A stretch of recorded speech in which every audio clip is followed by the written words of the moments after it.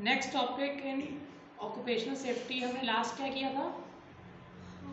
How to evacuate in violence. तो अब हम कर रहे हैं how to evacuate during earthquake. तो अब हम ये सभी पॉइंट्स पढ़ेंगे कि अगर अर्थक्वेक आए, सभी को ये तो पता ही है अर्थक्वेक क्या होता है, भूकंप। तो अगर अर्थक्वेक आए तो हमने क्या करना है, ऐसा क्या चीज़ें जो हम अपने दिमाग में रखें, और अगर हम फंस जाएं तो अपने आप को कैसे इवैक्यूएट करें। कुछ पॉइंट्स करेंगे। अगर हम इंडोर्स हैं तो इन तीन वर्ड्स को ध्यान रखना है, drop, cover and hold on. Drop, cover and hold on का मतलब क्या है कि अगर आपको लगे कि आप ऑफिस में हो और कोई भूकंप आया, अर्थक्वेक आया, तो what you will do is you drop yourself, अपने आप को किसी हैवी फर्नीचर के नीचे छुपा लोगे, ठीक है। कवर, अपने सिर और पैर को इस पोस्चर में अपने आप को कवर करके रखोगे। एंड होल्ड ऑन मीन्स जब तक आपको इवैक्यूएट करने का या जब तक आपको लगे कि अर्थक्वेक चला नहीं गया तब तक हम अपने आप को उसी सिचुएशन में होल्ड करके रखेंगे। तो if you are indoors then you तीन वर्ड याद रखने हैं, drop, cover and hold on. Clear ये चीज? अब बाय चांस ऐसी सिचुएशन आती है कि आप अपने आप को किसी चीज के नीचे नहीं रख सकते, कि आप कहीं पे हो, हॉल में हो, लिफ्ट में, सॉरी स्लोप पे जा रहे हो, ठीक है। तो आप क्या करोगे, अपने आप को दीवार के साथ सटका के रखोगे, ठीक है। कोई भी ऐसी जगह पे हो वहां पे आपको पिलर या आपको अगर दीवार दिखती है तो यू फ्लैटन योरसेल्फ का मतलब है अपने आप को, ये फ्लैटन ही हो गया ना, flatten yourself towards the wall और द पिलर, ओके।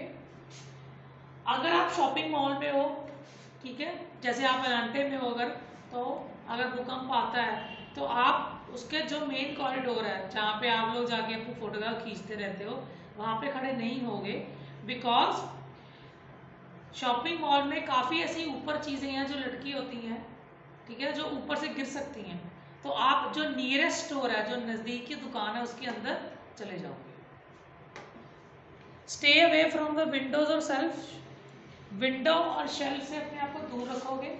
विंडो से इसलिए दूर क्योंकि अगर विंडो टूटती है, कांच टूटेगा तो आपको ऊपर गिरेगा, चोट लग सकती है। शेल्फ अगर हो के पास हो गए तो शेल्फ के ऊपर चीज़ें होंगी, भूकंप आएगा तो शेक होगा, तो क्या होगा, वो आपके ऊपर गिर सकती है। इसलिए stay away from the Windows and shelf. अगर आप स्कूल में हो तो क्या करो, डेस्क के या टेबल के नीचे रहो, ठीक है ना। अगेन विंडो से अपना मुंह दूर रखो। अगर आप व्हील चेयर पे हो या कोई ऐसा जो आपके साथ व्हील चेयर पे है तो फटाफट पहले उसकी व्हील चेयर के लॉक होते हैं वो लॉक कर दो, सो दैट कि उसकी आगे मत चली जाए, क्योंकि हो सकता है ना चीज़ें हिले तो वो पुश हो जाते हैं and that person can not stop that, ठीक है। ये चीज़ें होगी। अब कुछ प्रिकॉशंस या कुछ चीज़ें, अगर हम आउटडोर हों तो क्या करेंगे।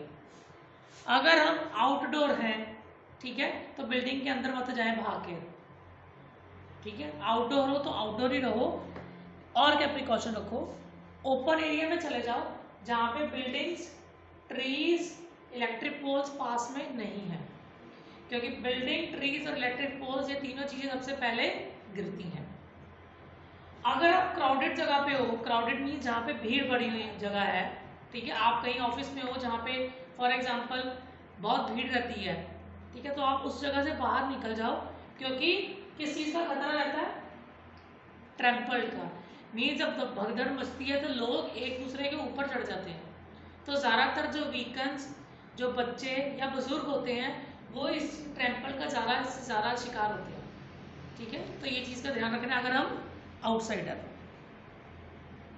अगर आप व्हीकल के अंदर हो, व्हीकल मीन्स वाहन के अंदर होगा, तो आप क्या करोगे, अपने आप को क्या करोगे, पुल ओवर। पुल ओवर का मतलब है जहाँ पे आप गाड़ी चला रहे हो, पुल ओवर मीन्स गाड़ी साइड पे लगा लो, कि सो दैट कि वो दूसरों को डिस्टर्ब ना करे, ट्रैफिक ना क्रिएट करे।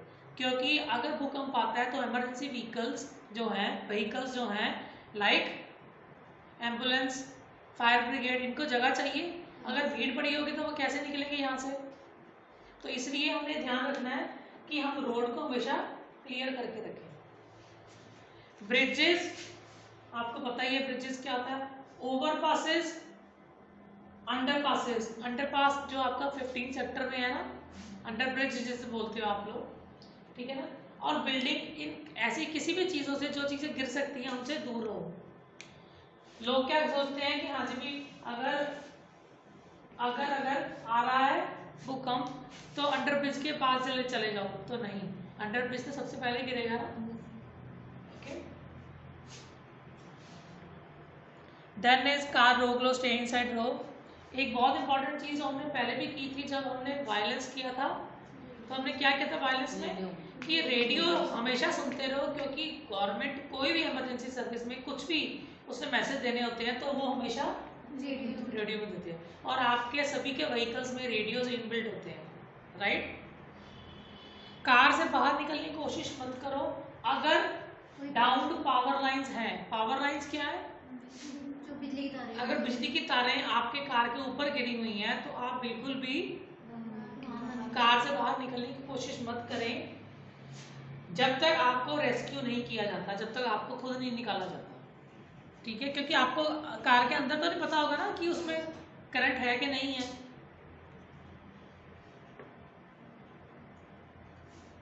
अगर आप बस में हो, अगर आप कार में हो और आपको लग रहा है कि आपकी कार या बस कहीं पे खड़ी होगी और आप बाहर नहीं निकल के आ सकते, तो you can always put a sign of help. Help अपनी विंडोज पे किसी भी तरीके से, आप अपने अगर कार में हो तो हर एक लेडीज के पास लिपस्टिक होती है, तो किसी पेन पेपर अपनी टी शर्ट पे हेल्प लिख के आप कार पे टांग सकते हो या अपनी बस पे टांग सकते हो, सो दैट कि किसी को पता लगे कि हाँ जी यहाँ पे अंदर कोई है जिसे मदद की जरूरत है।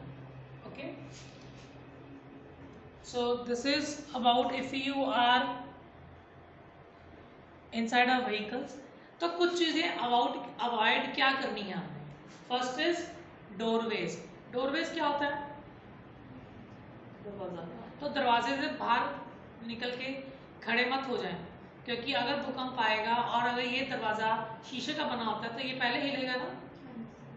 विंडो से, बुक केसेस से, शेल्फ से दूर रहें ताकि आपके ऊपर मत गिरे वो, ठीक है। Elevators, what are elevators, lifts जिसे आप बोलते हो। कभी भी लिफ्ट का use in case of any emergency नहीं करते। हम आगे इमरजेंसी करेंगे फायर वाली, ठीक है जी, कि जब फायर लगे तो हमें क्या प्रिकॉशंस रखनी चाहिए, तो उसमें भी यही पॉइंट आएगा कि एलिवेटर्स कभी भी यूज नहीं करते। जब एलिवेटर्स, लिफ्ट हमेशा सबसे पहले बंद होती हैं, क्यों, क्योंकि अगर इलेक्ट्रिसिटी चली जाएगी तो क्या होगा। वैसे भी जो एलिवेटर्स होते हैं जो अब लेटेस्ट आ रहे हैं उनमें एक अपने आप फीचर होता है कि अगर भूकंप आता है तो बेशक लाइट हो भी, वो तब भी बंद हो जाते हैं। कारण अगर बिल्डिंग हिल रही है तो एलिवेटर हिल के उसकी तार टूट सकती है, इसलिए वो वहीं पे स्टॉप हो जाते हैं। इसलिए अगर आप कोई भी लोग कभी दिल्ली गए हो, ठीक है ना, या आपने अगर मेट्रो के बारे में सुना है, तो मेट्रो ज़्यादातर किसके ऊपर चलती है, एलिवेशन के ऊपर चलती है ना, ब्रिजेस के ऊपर। तो अगर भूकंप आता है तो सबसे पहले मेट्रो बंद हो जाती है। मेट्रो ये नहीं करती कि हमें नियरेस्ट के स्टेशन पे जाके पहले खड़ी हो जाएगी, वो जहाँ पे खड़ी होती है वो वहीं पे बंद हो जाती है। बिकॉज अगर भूकंप आया है तो कोई भी पटरी तो टूट सकती है ना, इसलिए वो चलती नहीं, वहीं पे खड़ी रहती है। डाउन पावर लाइन हम कर चुके हैं कि डाउन पावर लाइन से हम दूर रहें। Coast line, what are coast lines, कौन बता सकता है कोस्ट लाइन क्या होता है, ठीक है। तो कोस्ट लाइन जो होती हैं, अगर भूकंप आए तो हमने कोस्ट लाइन से दूर रहना होता है। Why, because earthquake can trigger, यही था वर्ड ट्रिगर, अच्छा ये इसी यहाँ से पूछ रहे ट्रिगर, ये वर्ड क्या है, सुनामी। इसमें टी साइलेंट है। सुनामी क्या होता है, लहरें पानी की बड़ी हो जाती है। तो लहरें पानी की बड़ी इसलिए आती है क्योंकि जो आपको अर्थक्वेक सभी को पता है ना क्या होता है, ठीक है। अभी ये रिकॉर्ड में तो मैं कैसे कर दूंगा। अर्थक्वेक जैसे फॉर एग्जाम्पल यहाँ चंडीगढ़ में बैठे हैं, ठीक है। अर्थक्वेक अगर बिल्कुल चंडीगढ़ में आया तो इसे बोलते हैं एपीसेंटर। एपीसेंटर का मतलब ये होता है जहाँ पे अर्थक्वेक ओरिजिन हुआ था, और एपीसेंटर में अर्थक्वेक की इंटेंसिटी सबसे ज्यादा होती है। जैसे आपने कभी पानी में पत्थर मारा, तो अगर पत्थर मारो तो क्या क्या होता है, ऐसे रिंग्स बन जाते हैं, ऐसे रिंग्स बनते हैं ना। तो जब आप पत्थर यहाँ पे मारते हो, यहाँ पे सबसे बड़ा पत्थर ऐसे होती है, तो बाद में उसकी पहले ऐसी होगी,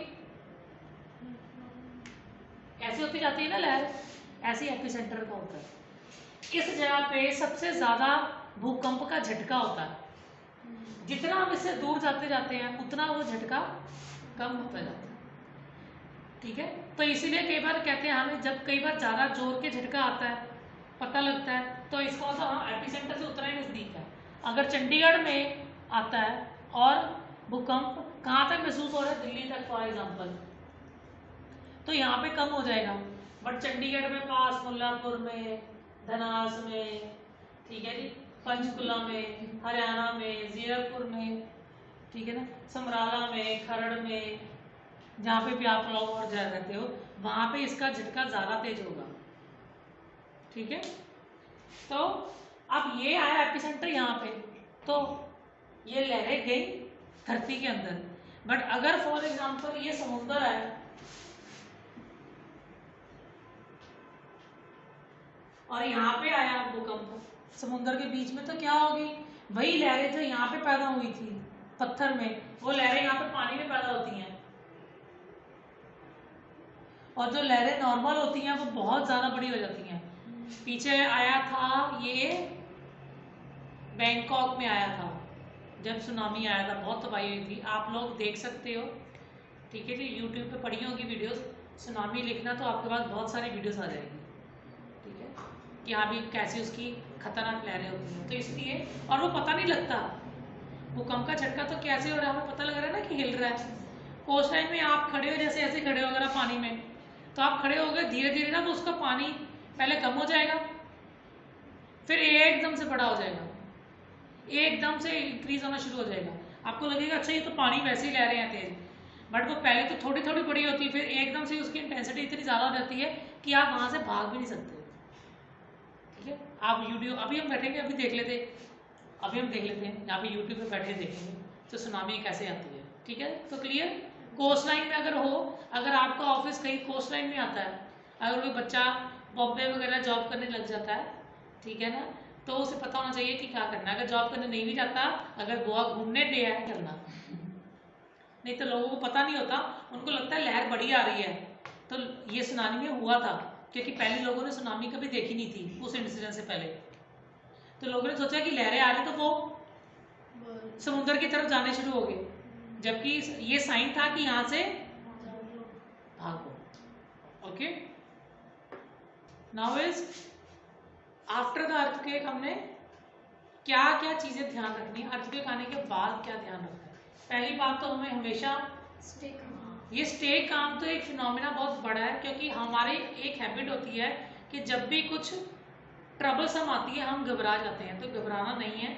जैसे सियाने लोग भी कई बार कहते हैं कि ठंडे दिमाग से सोचो और फिर काम करो, तो स्टे काम और दूसरों की मदद करो, ठीक है। Be prepared for the aftershocks. What are aftershocks? कई बार ऐसा होता है भूकंप एक बार आता है तो हमें लगता है वो भूकंप खत्म हो गया, बट ऐसा नहीं होता, उसके आफ्टर शॉक्स दोबारा आते हैं। रेडियो हम कर चुके हैं कि रेडियो टेलीविजन को हम सुनते रहें कि हमें क्या डायरेक्शंस मिल रही हैं। What are study shoes?